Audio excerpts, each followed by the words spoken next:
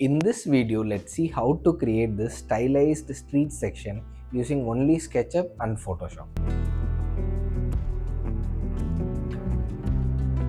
I have attached the SketchUp model for you guys to follow along with the video in case you don't have the model of your own. The very initial step is to model the street section according to your design.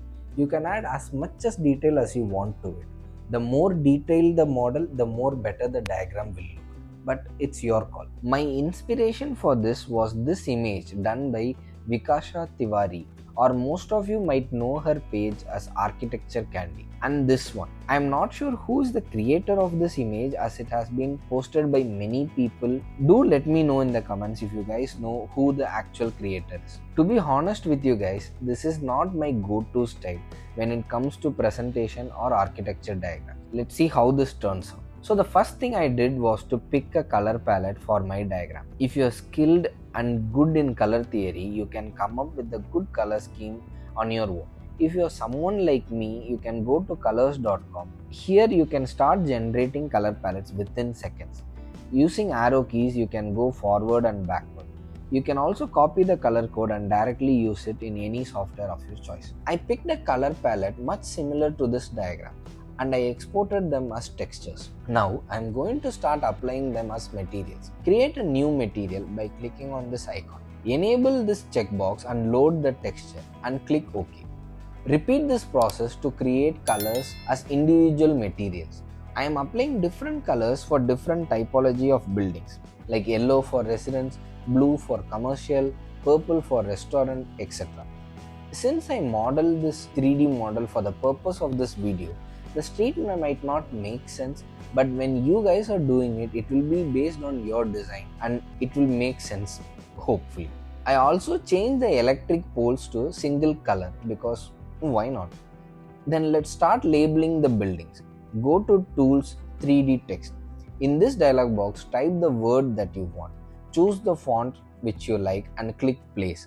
I am not worried about the size of it because I will be scaling it to my liking when I am placing it on the build. You can make sure all of them are of the same size by scaling them collectively. Then start placing them in their position. Next step is the people.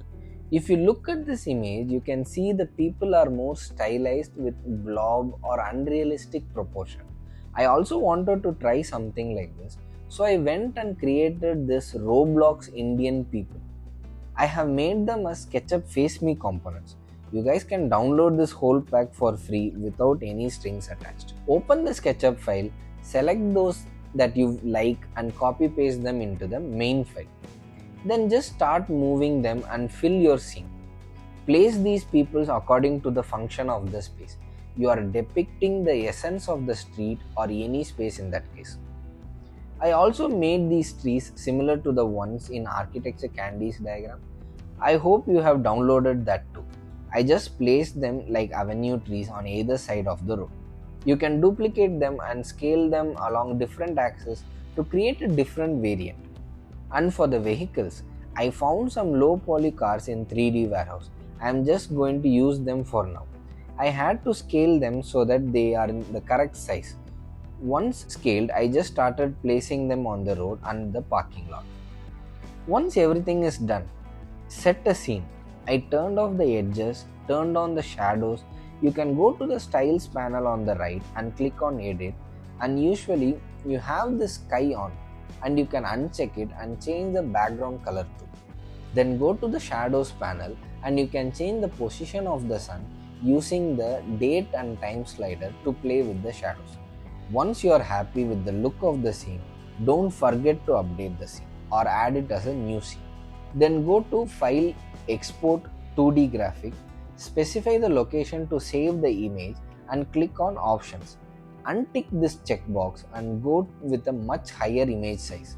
I also exported the same scene with a bright green background to remove it easily in Photoshop.